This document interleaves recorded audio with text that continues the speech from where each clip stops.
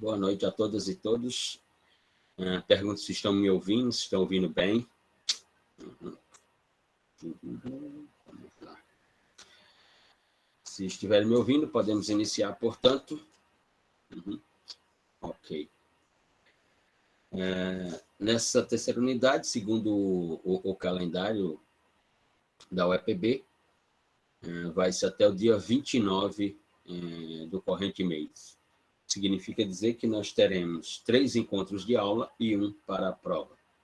Então, teremos aulas hoje, dia 14, dia 21, e no dia 28 faremos a segunda avaliação dessa disciplina, que, identicamente à primeira, será oral. Inclusive, hoje já encaminhei para o e-mail da turma 2 textos para leitura, que serão exigidos na prova, né, na segunda avaliação.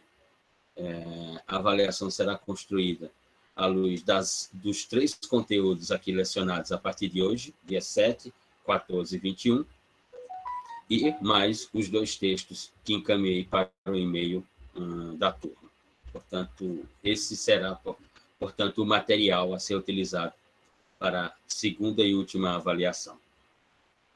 E hoje, retomando o conteúdo, portanto, nós vamos para a segunda fase da disciplina, denominada de Memória da Criminologia 2, né, ou Ciência da Criminologia 2, para outros, digamos assim.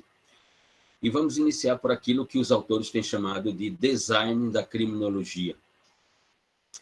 E como anunciei no último dia de avaliação, no último dia da prova, assim que concluímos, portanto, com todos os candidatos, com todos que apareceram, obviamente, iniciamos por essa designação construída fundamentalmente pelo pensamento escandinavo, na teoria do direito, a utilização dessa palavra design para os olhares, as observações, as pesquisas, as construções, tudo que se possa realizar no campo do direito. E aqui nós vamos partir de 2 designs bastante distintos, o qual nós já mencionamos por diversas vezes na primeira unidade, que são os estudos de Beccaria, com a sua obra De Delito e delle Pena, dos delitos e das penas, de 1764. E o outro também, de alguma forma, já tocamos aqui em um ou outro encontro, que é digamos assim, uma partícula dos estudos do professor Michel Foucault e a sua crítica contundente, fundamentalmente, à ideia da pena no direito penal. Se, por um lado, Beccaria legitima ou legaliza, para alguns, a pena privativa de liberdade no direito moderno, como uma grande construção criminológica da escola clássica, da escola criminológica clássica, denominada de clássica pelos positivistas. Michel Foucault, por sua parte, nos anos 70, a partir de 1972, 73, 74, vai realizar uma desconstrução dessa legalidade ou dessa legitimidade da pena privativa de liberdade como a grande construção criminológica de vedação da liberdade na sociedade moderna. Por um lado, então, Beccaria encontra critérios que ele identifica como jurídicos científicos para posicionar a pena privativa de liberdade no centro do sistema. Por outro lado, Michel Foucault deslegitima essa centralidade da pena e diz que ela não tem estrutura, portanto, para cumprir um dos pontos colocado lá por Beccaria, que é, por exemplo, no campo da execução da pena privativa de liberdade, a ideia de que a mesma tem que ter um caráter de humanitatis.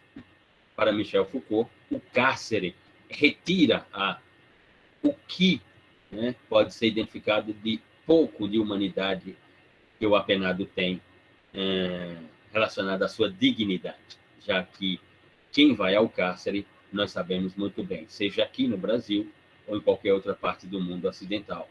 Como dizia o professor Alessandro Barata na Escola Crítica do Direito Penal, o sistema tem sua clientela, e nós sabemos qual é e quem é a clientela do sistema. Então, então, Michel Foucault vai e deslegitima aquela construção. Esses aqui são 2 designs emblemáticos de construções criminológicas. Um no final do século XVIII e o outro no final do século XX, totalmente antagônicos. E aí, partindo dessas duas perspectivas, nós chegamos na realidade sociológica criminal e criminológica do direito americano, com a criação de um paradigma, ou com a formulação, a elaboração de um paradigma, que ficou conhecido, e hoje está aí sedimentado, como ideias de conteúdo neoliberal e criminologia, ou seja, como um pensamento de unir a cognição neoliberalista com a ideia de criminologia, ou seja, a utilização da criminologia para a organização das ideias neoliberais construídas com uma finalidade de ressignificar o sistema penal, o sistema de justiça criminal. O que fica conhecido na história, o que passa para a história como sendo o Estado penal, ou seja, a partir da sociologia criminal americana, e essa construção se torna um produto, e esse produto ele é exportado para diversos países, fundamentalmente os países sul-americanos e latino-americanos, países como Brasil, Colômbia, México, vão adotar inequivocamente o pensamento neoliberal no direito penal, passando pela criminologia, ou seja, com criações criminológicas de estrutura neoliberal que virão parar dentro do direito penal.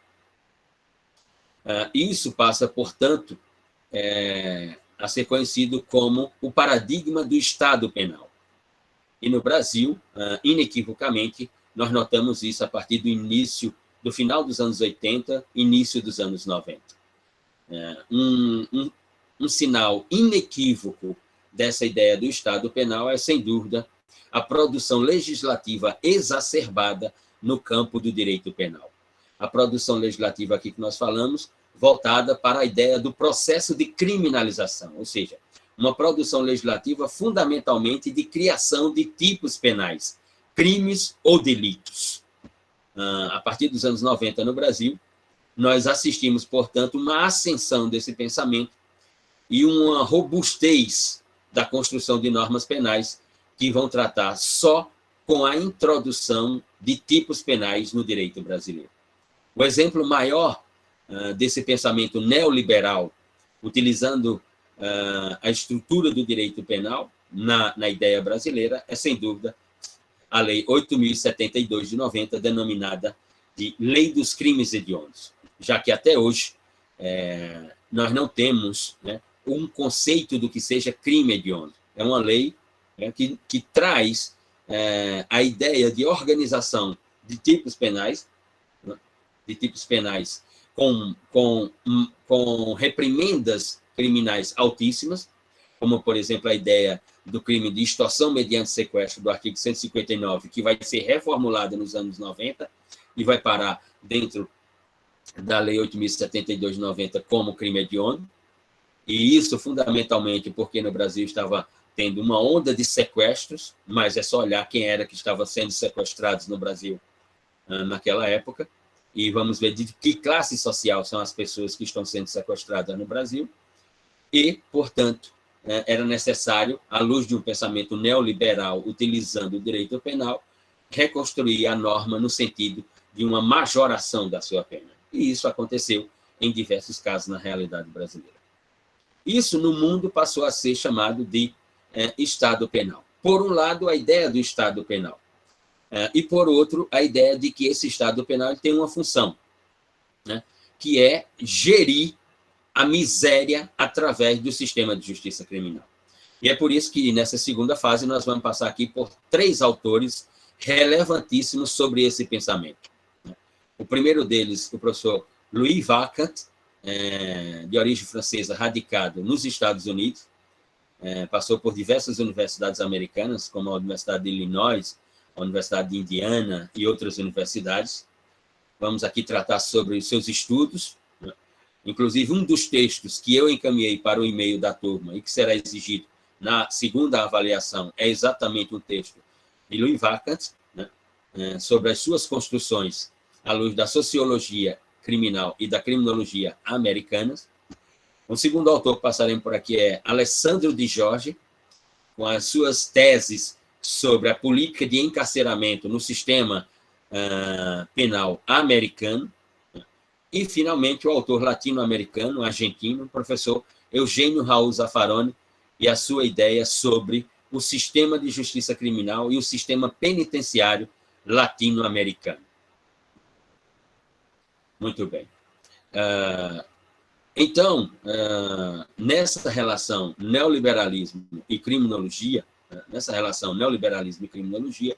nós temos a instauração do denominado Estado penal.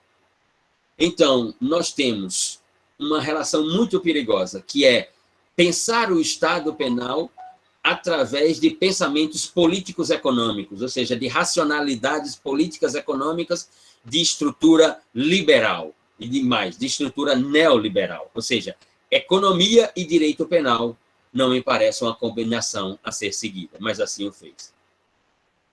Então, a ideia neoliberal que vem parar dentro do direito penal, dentro da criminologia e depois do direito penal, são de origens do pensamento econômico, de políticas econômicas, né?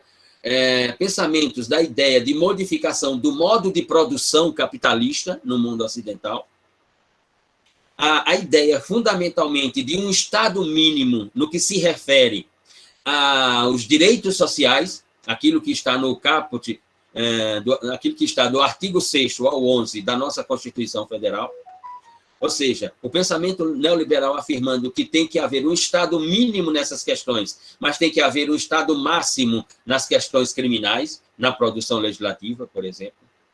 Ideias de desregulamentação do mercado, né, para, portanto, reorganizar o mercado de trabalho, os postos de trabalho, a política de emprego, e a interferência do pensamento neoliberal de mercado na produção ou na geração de empregos dentro das políticas de Estado.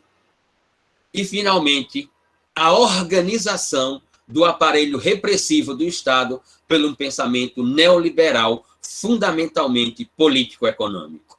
Ou seja, os Estados Unidos da América do Norte e autores na sua realidade, autores da sociologia criminal e da criminologia, conseguiram organizar tudo isso fazendo uma combinação entre economia e sistema penal. E aí, não tenha dúvida que o resultado é, e obviamente a finalidade era essa, a utilização do sistema penal a serviço das ideias de políticas econômicas do mercado. E aí os americanos construíram um paradigma. Volto a repetir, esse paradigma passou a se chamar de o Estado penal, e que Louis Vacant vai chamar de gestão da miséria através do direito penal. Ou seja, há comunidades, há etnias, há classes sociais que não são bem-vindas na teoria da sociedade e que, portanto, têm que ficar à margem. Mas, à margem da sociedade, essas pessoas, elas estarão onde? Já que não estarão na sociedade, e sim, à margem da sociedade, elas estarão onde? Ora, elas estarão no sistema de justiça criminal, elas estarão no sistema penitenciário americano. E é por isso, né, que os Estados Unidos têm a maior população carcerária do planeta. Não é por outra ideia, mas é por essa. E os dados mostram uma população geral, né, uma população geral do sistema de justiça criminal, entre quem está recluso no sistema e quem está, por exemplo, em livramento condicional, ou cumprindo uma pena restritiva de direito, né, ou evoluiu para o semiaberto, ou está no sistema aberto, uma população geral em torno de 4,5 milhões de pessoas que passam e que estão dentro do sistema de justiça criminal americano. Desses 4,5 milhões de pessoas que estão no sistema de justiça criminal americano, um pouco mais de 500 mil pessoas são jovens adolescentes entre a idade de 12 e 18 anos. Assim afirma Alessandro de Jorge nos seus estudos. Bom, colocado isso, então, o que seria esse Estado penal? O que seria essa relação neoliberalismo e criminologia, né, que a sociologia criminal e a criminologia americanas construíram. Ora, então a ideia do Estado Penal é, sem dúvida, uma interferência no poder legislativo, na produção legislativa, para exigir do parlamento um conjunto de normas que se caracterize como processos de criminalização, criação de tipos penais. Num país como o Brasil hoje, é impossível eu, você ou qualquer outra pessoa dizer que não comete um crime, né? Porque ao sair de casa, é verdade que temos restrições para sair de casa, ainda bem que temos restrições, porque lá fora, né, tem um vírus circulando e que está matando as pessoas, e não são poucas as pessoas que já morreram nesse país e no mundo, né? Mas é improvável que eu e você passemos um ano inteiro num país como o Brasil e não cometamos um crime. Porque é um país que tem mais de 2.500 tipos penais, ou seja, mais de 2.500 artigos que trazem uma tipologia de crime ou delito no sistema penal brasileiro. Então, fica impossível nós não cometermos um crime. É nesse sentido. Ora, esse pensamento neoliberal vai exigir também do parlamento, né, da produção legislativa, não apenas uma organização normativa, um ordenamento normativo que criminalize cada vez mais as condutas, e condutas que serão praticadas sempre por determinadas pessoas, de determinadas classes sociais, de determinadas etnias, de determinados espaços geográficos, etc., etc. Vai exigir também uma política de encarceramento, uma política de facilidade do encarceramento, ou seja, cada vez mais normas penais que facilitam a entrada, né, das pessoas no cárcere. Não é à toa que, por exemplo, a nossa realidade, a realidade brasileira, 1994, 1995, nós tínhamos em torno de 190 mil pessoas no sistema de justiça criminal, no sistema carcerário, melhor dizendo. Nós tínhamos no Brasil inteiro em torno de 190 mil pessoas dentro do sistema de penas, ou no sistema fechado, ou no sistema semiaberto, ou no sistema aberto, mas com condenação, ou cumprindo uma pena restritiva de direito. E hoje nós temos em torno de 814 mil pessoas no sistema carcerário, nessa mesma realidade, do sistema aberto até o cumprimento de penas restritivas de direito. Ou seja, dos anos 90 do século XX para os anos 20 do século XXI, nós pulamos de 190 mil para 814 mil pessoas nesse sistema. Isso é, inequivocamente, uma facilitação do encarceramento na realidade brasileira. Outra ideia, e aqui já referida por mim, é a exigência desse pensamento neoliberal com a majoração de penas, ou seja, a criação de normas sempre com penas para cima, nunca com penas dentro de uma racionalidade. Ou seja, a ideia de que cada vez maior a pena, mais intimidatória vai ser a norma e as pessoas deixarão de cometer crime. As pessoas não cometem crime ou deixam de cometer crime por causa do quanto da pena, né? Porque se isso tivesse algum sentido, né, nós não teríamos o número de feminicídios que nós temos nesse país, e a pena é de 12 a 30 anos. Né? Então, as pessoas, quando vão cometer os crimes, como dizia Luiz Flávio Gomes nas suas palestras, né, o falecido professor de Direito Penal, como dizia Luiz Flávio Gomes nas suas palestras, quando as pessoas vão cometer um crime, elas não compram um código penal para saber qual é a pena atribuída para aquela conduta que ela vai consumar. Ou ela não vai no Google e faz uma pesquisa para saber qual é a pena a qual ela vai estar sujeita após cometer a conduta. Não é nesse sentido. E outra exigência que esse pensamento neoliberal vai colocar dentro da criminologia para ir para a produção legislativa do direito penal é, sem dúvida, a ideia do regime de cumprimento da pena.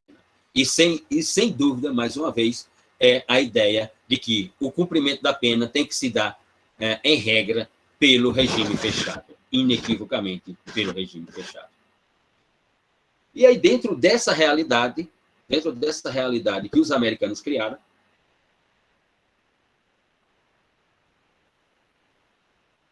eles conseguem construir dois movimentos, né, que nascem nas grandes cidades americanas, com a argumentação de que havia né, uma explosão de cometimento de crimes nessas cidades como Nova York, né, cidades como Chicago, cidades como Los Angeles, né, e outras grandes cidades americanas, como São Francisco e tantas outras. Então, nasce na cultura americana um movimento chamado Tolerância Zero e um outro chamado Law and Order, ou seja, lei e ordem, direito e ordem, ou lei e ordem. Então, esses dois movimentos, repito, Tolerância Zero e Law and Order, ou lei e ordem, vão construir toda essa relação entre o pensamento do neoliberalismo e a criminologia para alimentar o direito penal na realidade americana. Tem um documentário na Netflix que eu recomendo, inclusive, porque é a história de um camarada muito interessante, um senhor muito interessante. O nome do documentário, salvo engano, faz tempo que eu assisti, mas ainda está lá, Nosso Mafioso, está assim em português, O Nosso Mafioso, que é a história de Tommaso Buscetta, o membro da organização criminosa italiana, siciliana, Cosa Nostra, que fugindo da Cosa Nostra, porque havia praticado algumas condutas contrárias ao comando central da organização, e foge para o Brasil. A organização criminosa está matando toda a sua família, seus irmãos, sua mulher, seus filhos, seus pais. Ele foge para o Brasil, fica um tempo no Brasil. Depois tem o célebre caso da investigação Tangentopoli, na Itália, por Giovanni Falcone e Paolo Borsellino. E Giovanni Falcone consegue não, ele era o juiz, então, mas ele consegue, junto ao organismo internacional de investigação criminal, através da Interpol, consegue um mandado de prisão internacional e vem prender Tommaso Buscetta no Rio de Janeiro.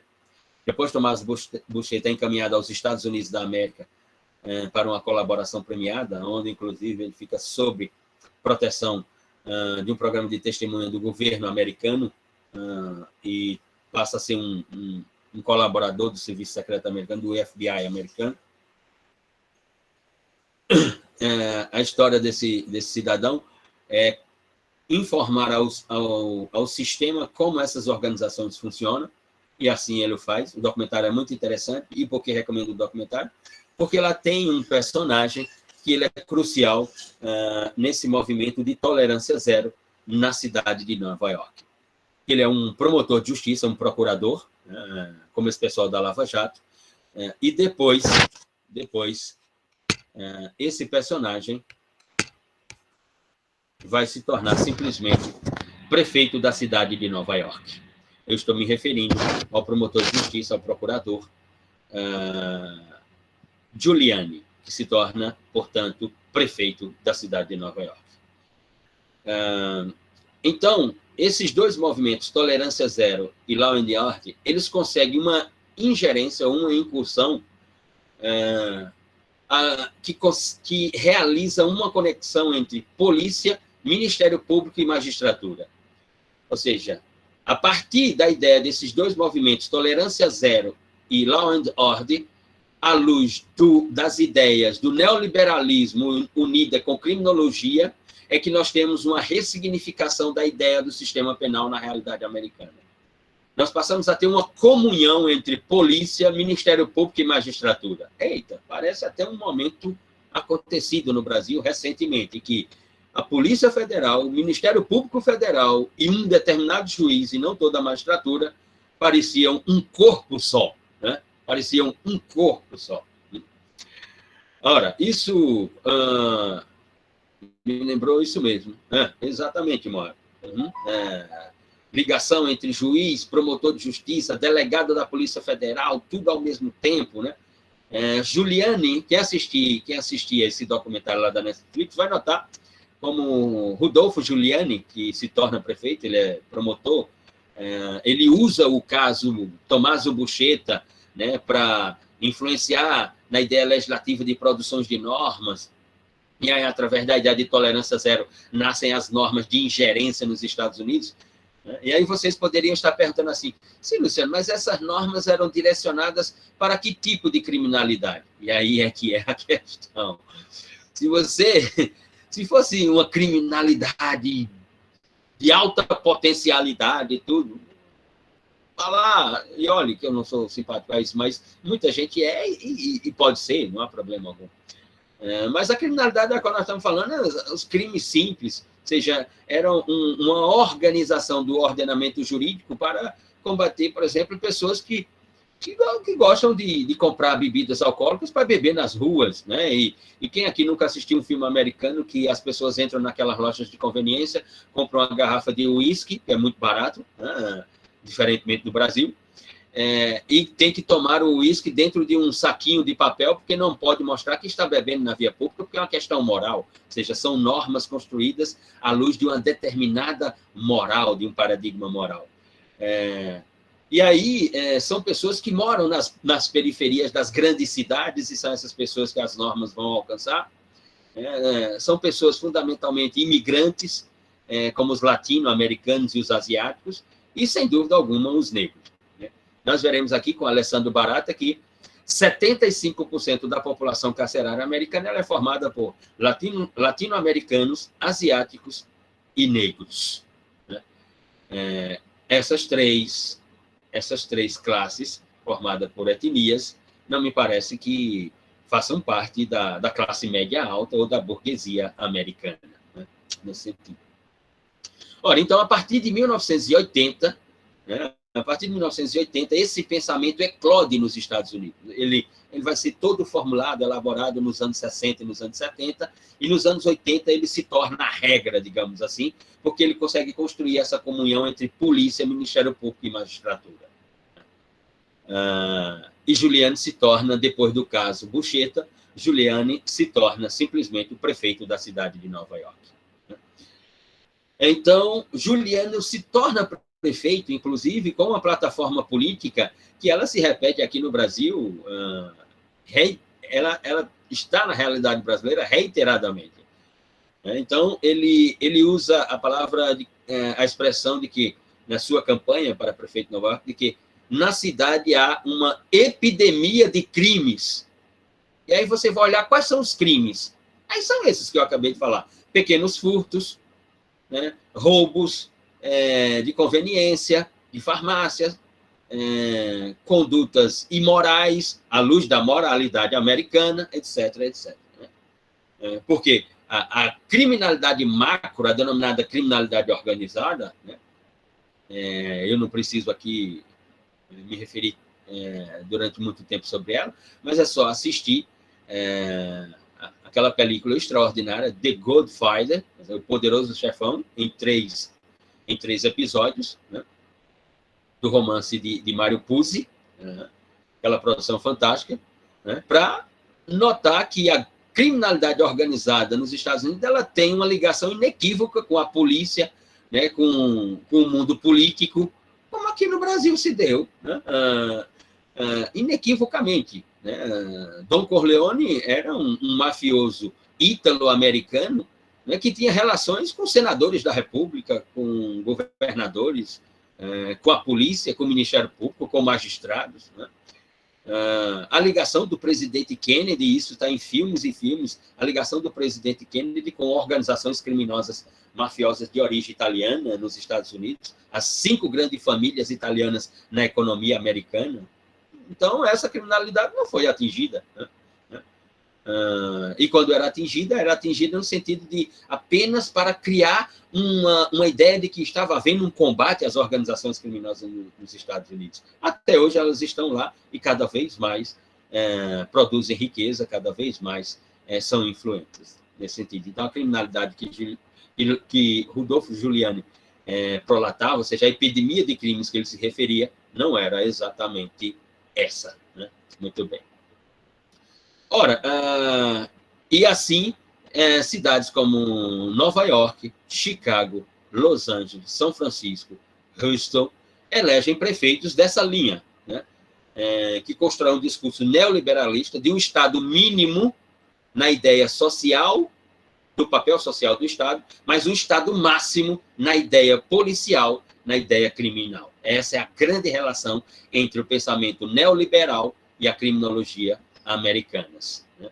E que vai parar na ideia do direito penal. E eles constroem um princípio reitor de tudo isso, que é a ideia da repressão, né? E mais do que isso, o princípio reitor da repressão como uma repressão inflexível. Ou seja, uma repressão que ela vai ser sempre cada vez maior, né? De que há sempre dúvida de como ela se organiza, mas ela vai exigir um respeito à legalidade, mas aí se pergunta qual é a legalidade que esse pensamento neoliberal está exigindo das pessoas?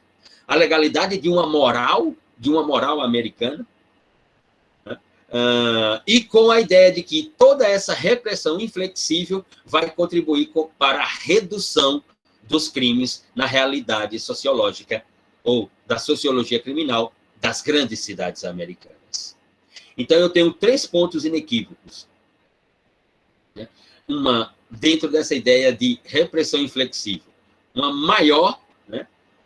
Sempre cada vez maior repressão, potencialidade, um respeito a uma legalidade que ela é uma legalidade puramente moral e não jurídica. Se formos mergulhar nela, não encontramos qual é o fundamento jurídico, mas observamos claramente o fundamento moral que está nessa legalidade, e a ideia de que esse conjunto reduzirá, portanto, os crimes na realidade americana.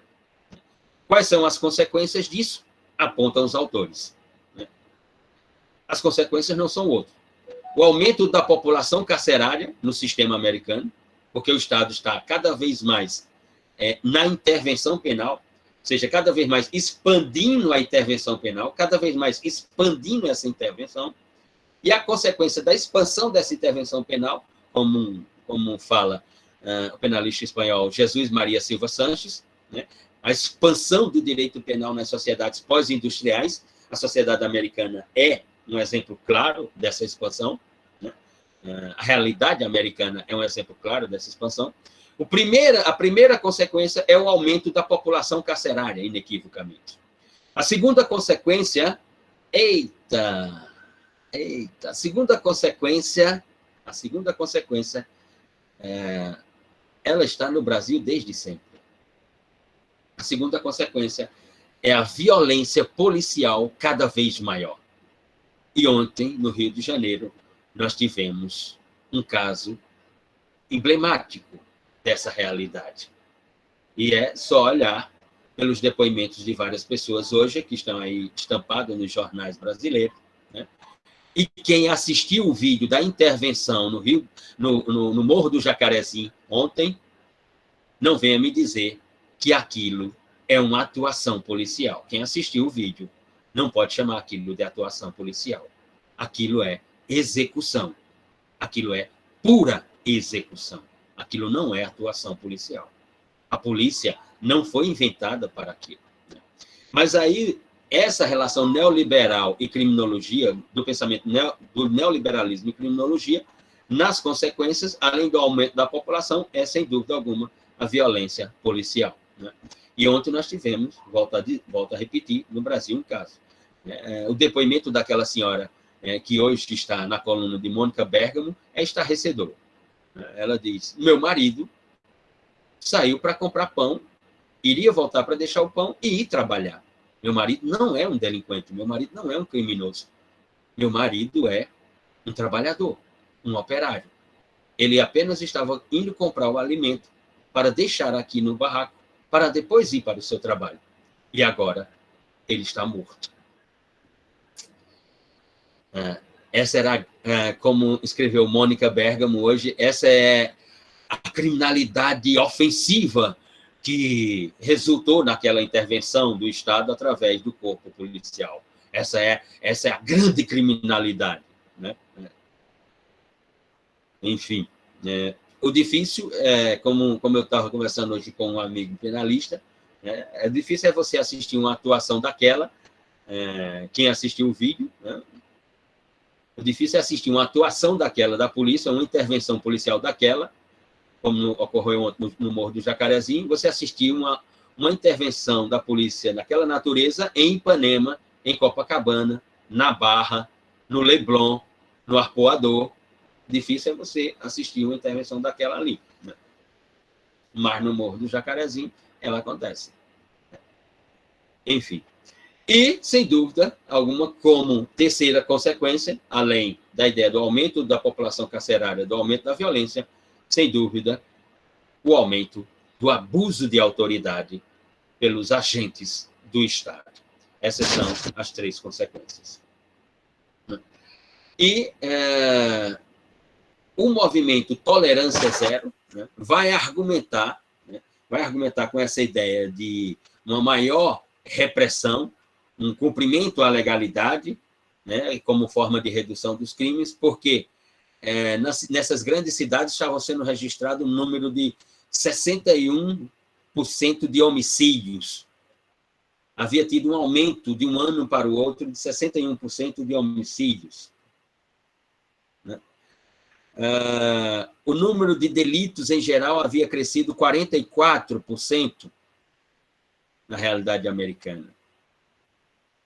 E que, portanto, diz o movimento Tolerância Zero, faz-se necessário uma reorganização do policiamento ostensivo para, portanto, o Estado estar cada vez mais presente nas ruas, nos bairros, nas cidades, como forma de política de Estado de diminuição dessa criminalidade.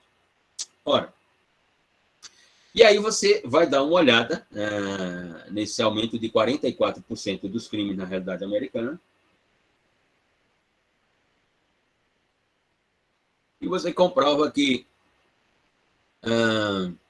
por exemplo, uma das modalidades de aumento desses 44% de delitos em geral, uma das modalidades de crime mais praticado era o não pagamento do bilhete de transporte público nos ônibus na cidade de Nova York e no metrô e nos trens urbanos. Essa era uma das formas de criminalidade. O aumento de pessoas que não estavam pagando os bilhetes do transporte público. Ou consumir bebidas alcoólicas na rua sem estar com aquele saquinho de papel na garrafa e sim mostrando a garrafa, que era uma garrafa de uísque, que estava bebendo ali 8 horas da manhã, na via pública, e que isso, obviamente, ofendia a moral americana. Bem diferente da realidade alemã. Nos meus tempos de Alemanha, quando morei em Freiburg, que saía pela manhã, às 8 da manhã, para pegar o Stadtbus, aquele bondinho para ir para a Universidade de Freiburg ou ir para o Max Planck. Quando eu saía do prédio de pesquisadores onde morava e atravessava uma pontezinha, que tem um rio da cidade, atravessava a pontezinha para ir para o outro lado para pegar o Stadtbus, 8h30 da manhã estavam lá jovens de 20 anos, 20 e poucos anos, senhores de 35, 40 anos, tomando sua cerveja, tomando sua franciscana, sua paulana, sua cerveja de 500 ml, sua Weissbier, sua cerveja de trigo. Era 8 horas da manhã. E aquilo não ofendia moral alguma à Alemanha, pelo contrário, não ofende. Aliás, beber cerveja 8 horas da manhã na Alemanha é uma tradição, mas nos Estados Unidos é uma questão puramente moral. Muito bem. Ora, então, essa relação que coloca em jogo, sem dúvida alguma, que coloca em conexão o pensamento político-econômico do neoliberalismo com a criminologia, vai dar num sistema penal dessa natureza. As duas grandes criações dessa relação ofertada pela criminologia ao direito penal vão ser esses dois movimentos aos quais eu me referi, ou seja, o Tolerância Zero e o Law and Order, ou Direito e Ordem, ou Lei e Ordem, né? E que o personagem principal disso tudo foi, sem dúvida, o promotor de justiça, procurador, e que se torna prefeito de Nova York, Rudolfo Giuliani. Ele é o grande pensador. Ora, toda essa construção americana gerou, em um determinado momento, um debate muito interessante sobre aquela que se tornou uma das principais escolas criminológicas americanas, que é a Escola de Chicago, e o pensamento alemão do professor Klaus Roxin, o pensamento criminológico e de direito penal, e de política criminal e direito penal do professor Klaus Roxin, professor da Universidade de Munique, na Alemanha. Porque Klaus Roxin, desde os anos 70, observando, portanto, essa ascensão do pensamento americano na criminologia por ideias político-econômicas do pensamento neoliberal, Klaus Roxin, portanto, dá vida a uma teoria interessante, que é relacionada unicamente ao crime de furto. Mas no Brasil ela se estendeu para outros espaços do direito penal, mas ela não se aplica em outros espaços do direito penal, como diz o próprio professor Klaus Roxin. Eu me refiro àquilo que Klaus Roxin chamou de o princípio da insignificância no direito penal. E o princípio da insignificância no direito penal unicamente no que se refere ao crime de furto privilegiado. Então, Klaus Roxin vai e organiza a teoria denominada de crime de bagatela. Para ele, portanto, essas pequenas condutas identificadas na realidade americana, como, por exemplo, ingerir bebida alcoólica na via pública pela manhã, sem esconder que é bebida alcoólica, ou não pagar o bilhete de transporte público do metrô, do ônibus urbano, do trem urbano, para Klaus Roxin, essas condutas elas são insignificantes. E que, portanto, elas têm um problema à luz da teoria do direito penal, da teoria normativa do direito penal, digamos assim. Para Klaus Roxin, uma conduta como essa, por ser insignificante, ela tem um déficit de tipicidade material. Ela preenche a tipicidade formal, ou seja, ela preenche o que está na lei, aquilo que nós falamos anteriormente de a obediência à legalidade, então ela desobedece à legalidade, mas eu disse que naquela ideia da realidade americana, essa legalidade ela é puramente moral, ela não tem um fundamento jurídico, ela só tem um fundamento moral. E na ideia alemã de norma, isso não tem sentido. Moral dentro da norma, não há sentido algum. Então, Klaus Roxin vai dizer, essas condutas são insignificantes. Então, elas têm um déficit de tipicidade material. Elas preenchem a tipicidade formal, como, por exemplo, uma pessoa que entra no supermercado e subtrai um shampoo que custa R$ 9,90. Então, ela cometeu o crime do artigo 155, subtrair, vírgula, para si ou para outro, vírgula, coisa alheia móvel com valor econômico, 2 pontos, o shampoo. Para Klaus Roxin, essa conduta é insignificante pelo déficit de tipicidade material, porque o valor do shampoo, observado num cômputo geral, ou seja, naquela gôndola de todos os shampoos que tem ali no supermercado, aquele valor de R$ 9,90 ele é insignificante para se ter uma intervenção penal, ou seja, para se mover a delegacia de polícia, para se instaurar um inquérito policial, para se enviar esse inquérito para o Ministério Público, para o Ministério Público oferecer uma denúncia, para essa denúncia ser recebida pelo juiz, para o juiz instaurar um processo crime, para essa pessoa ter que contratar um advogado, ou então o Estado lhe ofertar um defensor público e termos uma decisão penal e depois o cumprimento de pena, se for o caso. Ou seja, mover toda essa máquina do Estado por R$ 9,90 para Klaus Roxin não há sentido algum na ideia civilizatória de um direito penal da modernidade. Não há sentido algum. Há um déficit de tipicidade material para Klaus Roxin. Os americanos pensam de forma diferente. E aí a escola de Chicago, que é a escola que ascende como uma grande escola criminológica na realidade americana, ela cria uma teoria, dois autores da Universidade de Chicago criam uma teoria denominada de break-windows teoria, ou teoria das janelas quebradas.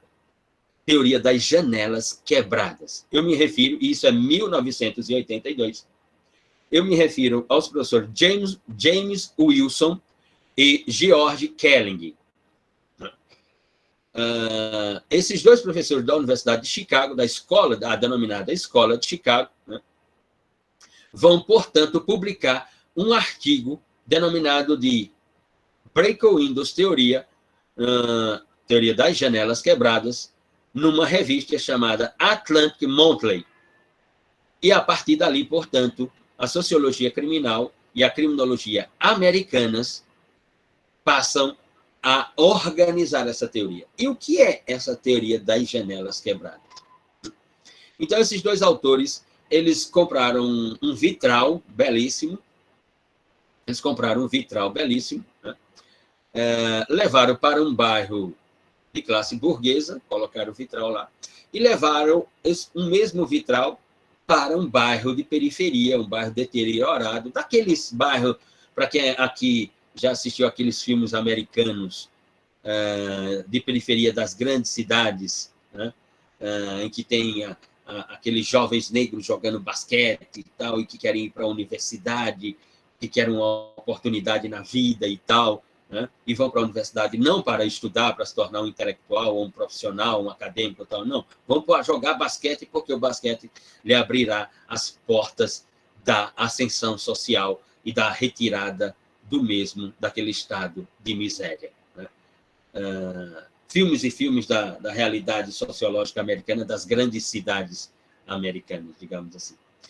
Então, eles comprovam que o vitral levado para um bairro burguês, e aí eles quebram uma janelinha do vitral e deixam uma janelinha quebrada do vitral, e levam um outro vitral para esse bairro deteriorado, né? E quebram a janelinha também desse vitral e voltam tempos depois.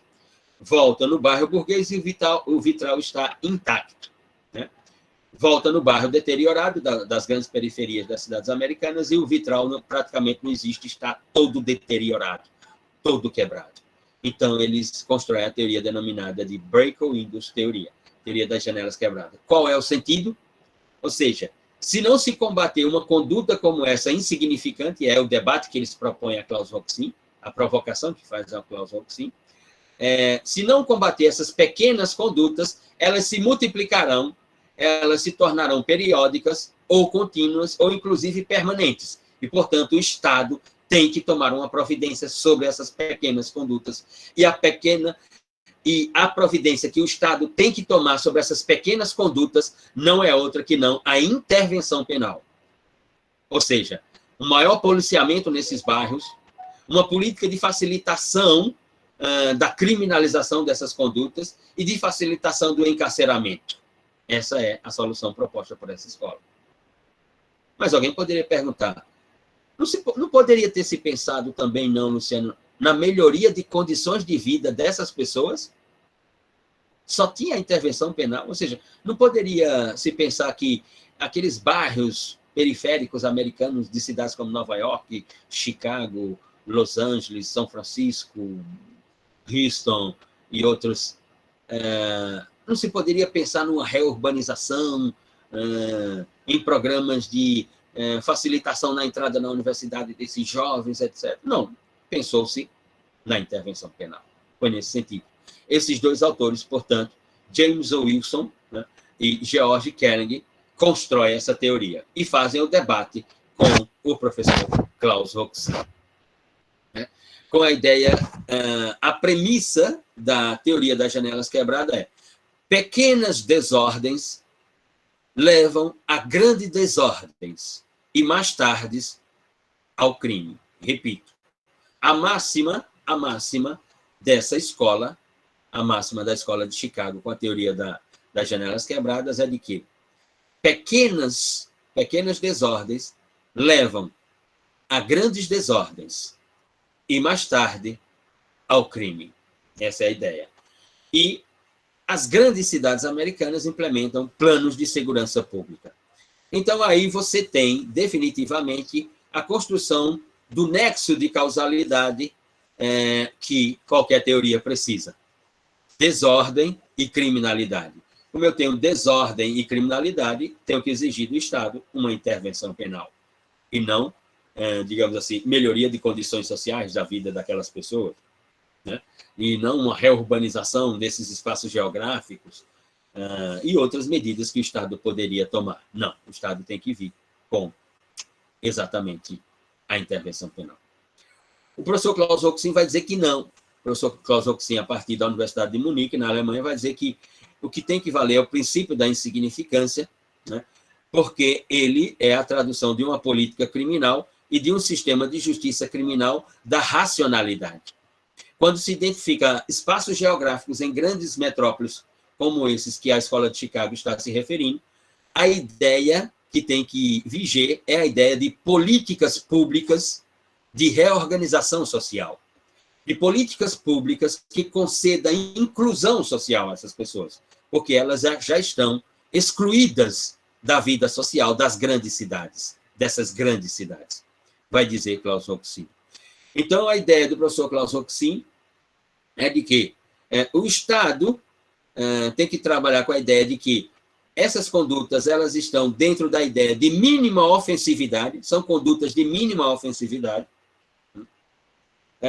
são condutas que não se traduzem por uma periculosidade social, né? Não desequilibram a sociedade, porque essas pessoas, em regras, estão lá na periferia da cidade, não nos bairros burgueses, né?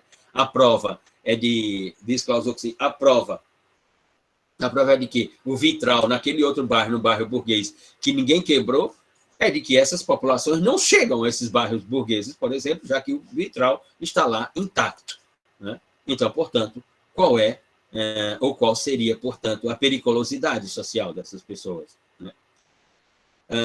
De que a reprovabilidade dessas condutas, elas são mais de natureza moral do que jurídica, de fundamento moral do que jurídico, e que, portanto, não podem prevalecer nenhum direito da racionalidade. Então, nós temos uma inexistência de potencialidade dessas condutas, e, portanto, uma insignificância da lesão ao bem jurídico protegido quando essas condutas aparecem na realidade sociológica. Então, para Klaus Roxin, não há uma tipicidade material, mas unicamente uma tipicidade formal, vai dizer o professor Klaus Roxin. Ora, essas questões, tanto da Escola de Chicago quanto do pensamento do professor Klaus Roxin, chegam ao Brasil nos anos 90, né? No início dos anos 90. E não há dúvida que, para a nossa realidade, as teorias adotadas no Brasil, sem dúvida, foram da Escola de Chicago. É só, mais uma vez, observarmos que em 1994, 95, nós tínhamos uma população carcerária de 190 mil apenados, e hoje nós temos uma população carcerária em torno de 814 mil apenados. E o princípio da insignificância do professor Klaus Roxin, ele foi inicialmente rejeitado na realidade jurídica brasileira, né? Lembro, nos anos 90, em São Paulo, nós tínhamos o que eram denominados de tribunais de alçada civil e criminal. Nós tínhamos o TAC 1 e 2, que era o Tribunal de Alçada Civil 1 e 2, e o TACRIM, que era o Tribunal de Alçada Criminal. Por exemplo, no TACRIM, nós só tínhamos um juiz que admitia o princípio da insignificância, que era o professor Carlos Vico Manhas, né? Magistrado do Tribunal de Alçada Criminal em São Paulo, que com a sua extinção depois vai ser desembargador no Tribunal de Justiça. Os demais juízes não aceitavam o princípio da insignificância até o começo dos anos 2000 no Brasil, até o lançamento da obra do professor Maurício Antônio Ribeiro Lopes sobre o princípio da insignificância no Brasil.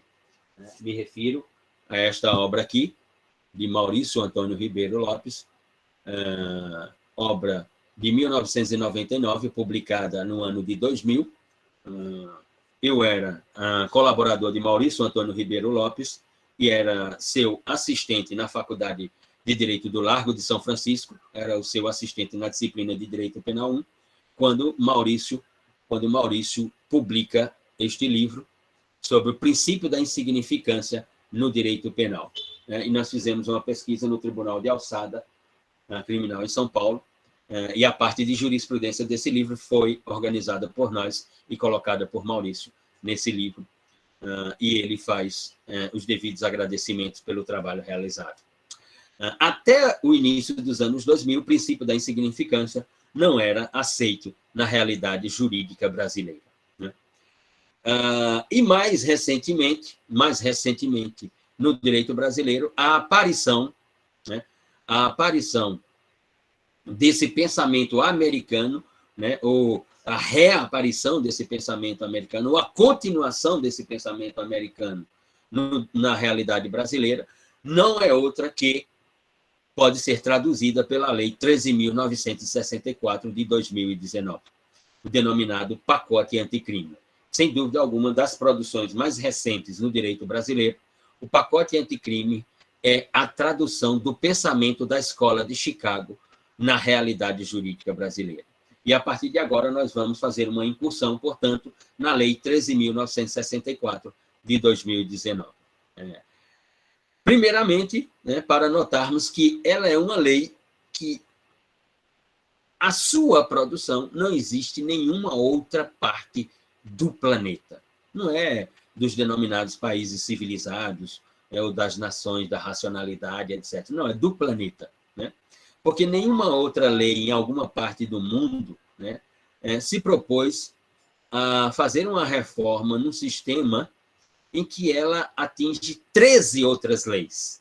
Ou seja, uma lei que atinge o Código Penal, o Código de Processo Penal, a Lei de Execução Penal, a Lei sobre Lavagem de Dinheiro, a Lei sobre a Organização Criminosa, a Lei do Estatuto do Desarmamento, que mais? Políticas relacionadas à violência de gênero. Ou seja, essa lei ela quer abarcar todo o sistema de justiça criminal brasileiro. Ou seja, um quadro de intervenção no modelo legislativo brasileiro em que a ideia é de requisito da objetividade, transformar a ideia do ordenamento brasileiro, do ordenamento jurídico criminal brasileiro, num ordenamento objetivo. E se já tiver o direito penal, de 2019 para cá, ou processo penal, o professor já deve ter mencionado por diversas vezes essa lei.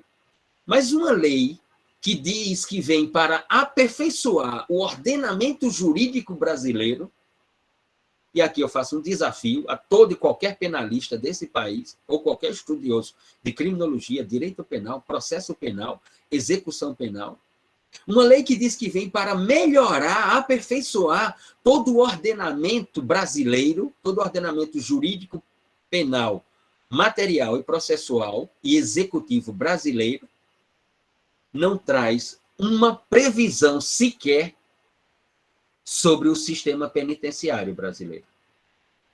Não traz uma previsão sequer sobre o cárcere no Brasil, sobre a melhoria de condições do cumprimento da pena privativa de liberdade no Brasil.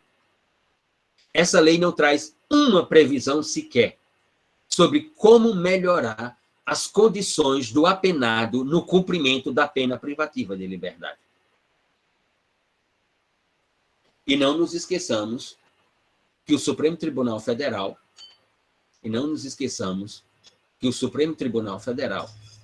pelo julgamento da ADPF 347, julgou o sistema carcerário, o sistema penitenciário brasileiro inconstitucional. O julgamento da ADPF 347 pelo Supremo Tribunal Federal diz que o sistema penitenciário brasileiro está no estado de coisas inconstitucional. Mas a lei de 2019 não traz uma previsão sequer sobre a melhoria do cumprimento da pena privativa de liberdade num sistema que a nossa Corte Constitucional disse que ele é inconstitucional. Por que será? Por que será que essa lei esqueceu o sistema carcerário? Mas foi para o direito penal, foi para o processo penal, foi para a lavagem de dinheiro, foi para a organização criminosa, foi para o Estatuto de Desarmamento, foi para a lei de execução penal, mas não direcionada ao cárcere, mas em outra direção. Por que será?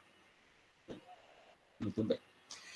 Esta lei não traz uma previsão sequer sobre benefícios para a progressão de regime no sistema carcerário brasileiro. Ela não traz uma previsão sequer que contemple a reflexividade do apenado no sistema fechado e que essa reflexividade, a sua conduta no cárcere, o conduza para o sistema semiaberto. Ela não traz uma previsão sequer. Mas essa lei traz previsões sobre a ideia de crimes hediondos, ou de crimes equiparados hediondos, ou de criminalidade hedionda, como ela bem menciona. Mas essa lei robustece e agrava, né, a interpretação acerca, portanto, do Instituto da Reincidência genérica e específica. Esta lei, por exemplo, né, aumenta o teor da ideia do sistema progressivo, ou seja, agrava a saída de um regime mais gravoso para um regime menos gravoso, ou seja, ela dificulta a progressão de regime na realidade brasileira, quando, por exemplo, reformula o artigo 33, parágrafo 2º do Código Penal brasileiro, à luz da conexão com o artigo 112 da Lei de Execução Penal Brasileira, a Lei 7.210 de 84, sobre critério subjetivo e objetivo do cumprimento da pena. Ora, a Lei 13.964, denominada de pacote anticrime, né, ela reformula o artigo 112 da Lei de Execução Penal, no sentido de agravar cada vez mais a situação daquele que vai para o cárcere ou daquele que já está no cárcere, como se o cárcere brasileiro fosse constitucional, ou como se o cárcere brasileiro fosse aquilo que Beccaria imaginou lá no seu Delito dos Delitos e das Penas, e não aquilo que Michel Foucault denunciou, né, em Vigiar e Punir, o nascimento das prisões. Ora, essa lei estabelece uma majoração de pena, ou seja, ela agrava, né, o sistema de penas no que se refere ao crime de roubo,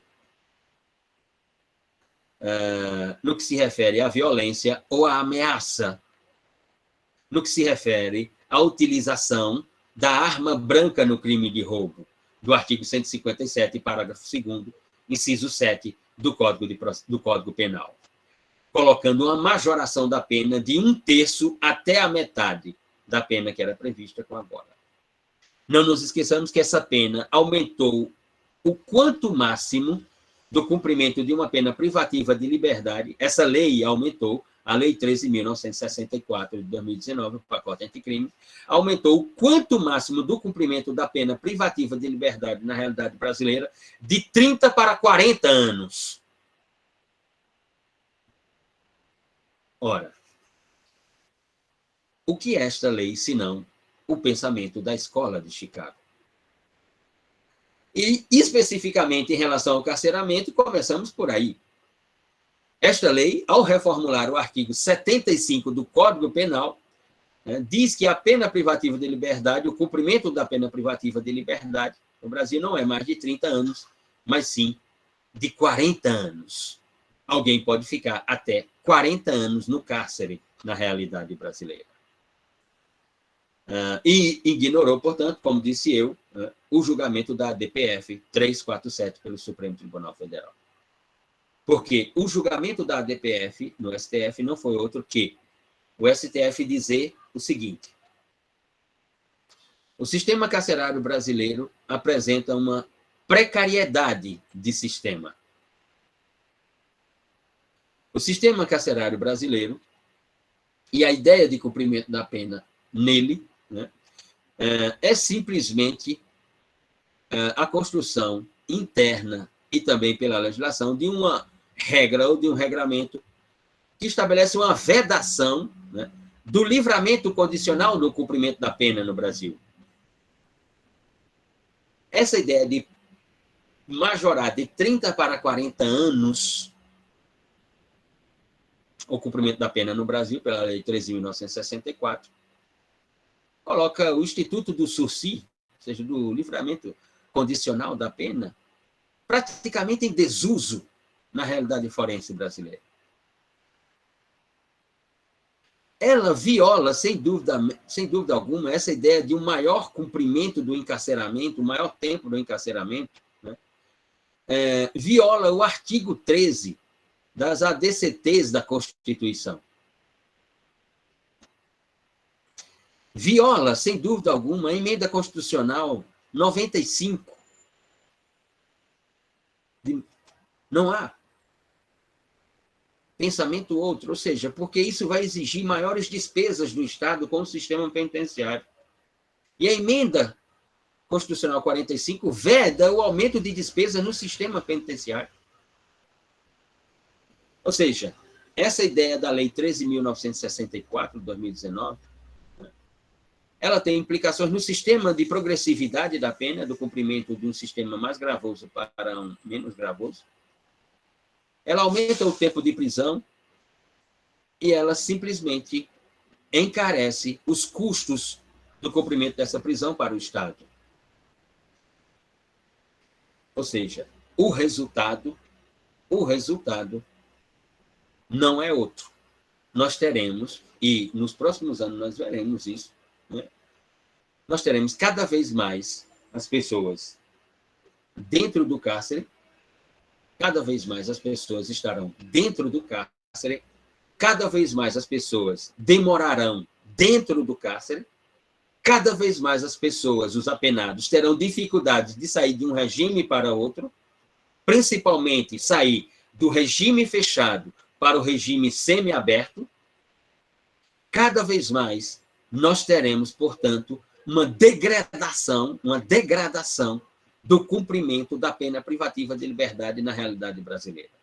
Ou seja, cada vez mais será sempre mais difícil cumprir a pena privativa de liberdade no Brasil à luz da perspectiva daquele iluminismo que se tem no fundamento da pena ou nas finalidades da pena, como, por exemplo, a reintegração do apenado à sociedade. Como diz o professor Miguel Reale Júnior, como é que nós vamos ressocializar quem nunca foi socializado? É só dar uma olhada na escolaridade média do apenado brasileiro, né, que não tem o ensino fundamental completo. É só dar uma olhada em qual é a renda desse apenado brasileiro, não chega a um salário mínimo. É só dar uma olhada qual é o espaço geográfico das cidades reservado a ele como moradia, de onde ele vem, onde ele mora. É só dar uma olhada, por exemplo, como numa cidade, não precisa pegar as grandes cidades, né? E olha que eu já interpreto Campina Grande como uma grande cidade, porque uma cidade com 450 mil habitantes é uma grande cidade, né? Mas olhe quem participa da vida social nessa cidade. De 450 mil pessoas nessa cidade, quem vai ao teatro nessa cidade? Quem vai ao bar do cuscuz nessa cidade? Quem vai ao shopping fazer uma alimentação nesta cidade? Dos 450 mil pessoas que compõem essa cidade, quem tem vida social, né, de inclusão social efetivamente nesta cidade? Né? Quem vai assistir a uma partida de futebol nesta cidade, no Amigão? Né? E olha que eu estou me referindo a uma partida de futebol do Campeonato Paraibano ou dos times da Paraíba na Série D, né? Não do Campeonato Brasileiro, da Série A, que o preço do bilhete é muito maior.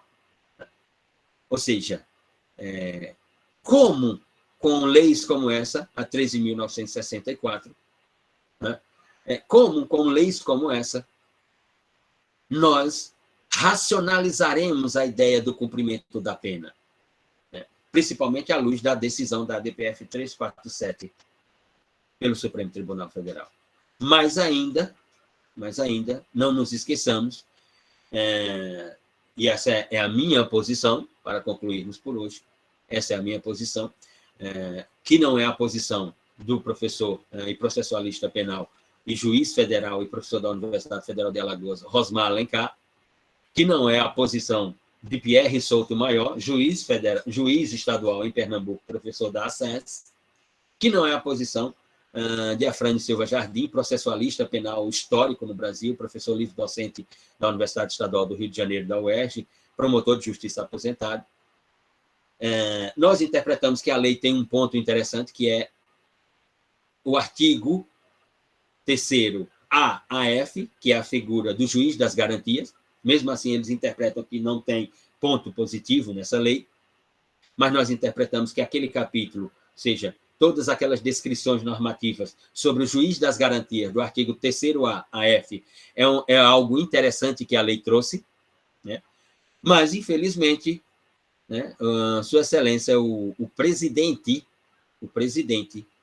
do Supremo Tribunal Federal, Luiz Fux, né, concedeu uma liminar suspendendo a força normativa, a validez jurídica desse artigo, até o julgamento de mérito sobre a sua constitucionalidade.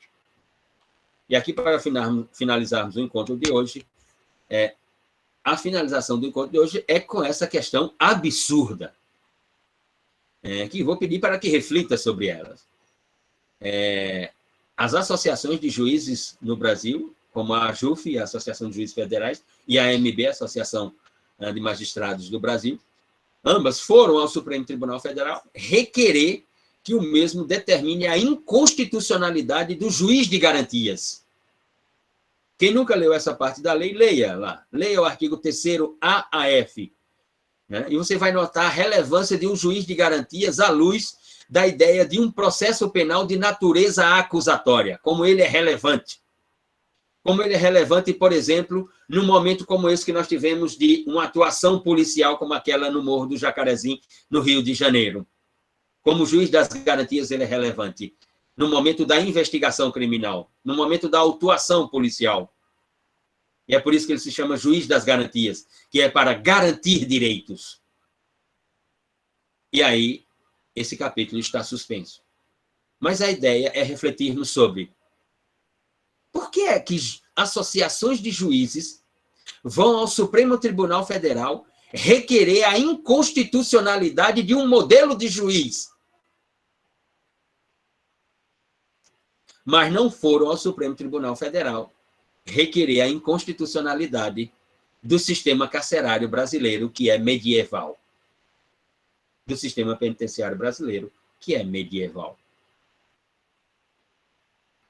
E mais, se o Supremo Tribunal Federal, que isso não vai acontecer, obviamente, né, a maioria vai julgar pela constitucionalidade do juiz de garantias, mas na hipótese remotíssima de termos um placar ali de 6-5 pela inconstitucionalidade, porque o argumento das associações de juízes é de que não há como implementar o juiz de garantias na realidade brasileira, porque há poucos juízes no Brasil, há poucos juízes nas comarcas no Brasil, né? Mas há muito auxílio a juízes no Brasil. Auxílio paletó, auxílio alimentação, auxílio residência, auxílio educacional para os seus filhos até tal idade, auxílio a plano de saúde, auxílio a não sei o que lá, auxílio de tudo isso, né? Mas há poucos juízes no Brasil e também nós não teríamos juiz suficiente para cumprir com a ideia do juiz de garantias. Mas, digamos lá, nessa hipótese remotíssima, que venha a ser julgado inconstitucional, nós passaremos para a história do direito como a nação, a única na história do direito como a nação que disse que o juiz das garantias é inconstitucional. Porque em nenhum outro país do mundo ele é inconstitucional. Em nenhum outro país do mundo uma associação de juízes foi ao judiciário requerer que o judiciário julgasse o modelo de juiz denominado de juiz das garantias inconstitucional. Nós seremos a jabuticaba das jabuticabas, diria o penalista brasileiro Juarez Tavares. Nós seremos o único país do mundo o qual vai dizer para o planeta que existe um modelo de juiz que é inconstitucional. E não é o modelo de juiz aquele do inquérito policial inquisitivo. Não. É um modelo de juiz, né, de um processo penal, desculpa, de um inquérito policial inquisitivo, não. De um modelo de juiz de um processo penal inquisitivo. Não, não é aquele juiz do processo penal inquisitivo que é inconstitucional. Essas associações estão querendo que o Supremo Tribunal Federal diga que o juiz do modelo de processo penal acusatório, que é o grande sonho do mundo ocidental, como avanço civilizatório, esse juiz do modelo de processo de natureza acusatória, ele é inconstitucional. Nós mostraremos para o mundo que nós é que estamos certos, e o mundo está errado. Porque em nenhuma outra parte do mundo o juiz das garantias é inconstitucional. E eu não vou nem me referir à Europa. Eu não vou nem para o velho mundo. Ele não é inconstitucional no México. Ele não é inconstitucional no Chile. Ele não é inconstitucional na Colômbia. Ele não é inconstitucional no Paraguai. Ele não é inconstitucional no Uruguai. Ele não é inconstitucional na Argentina. Mas será que ele virá a ser inconstitucional no Brasil? Para concluirmos, portanto, será que seremos para o mundo a jabuticaba das jabuticabas?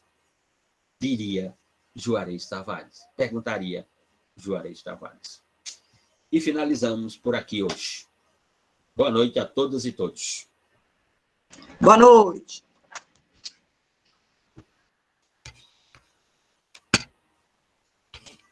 Boa noite, professor. Boa noite. Boa noite.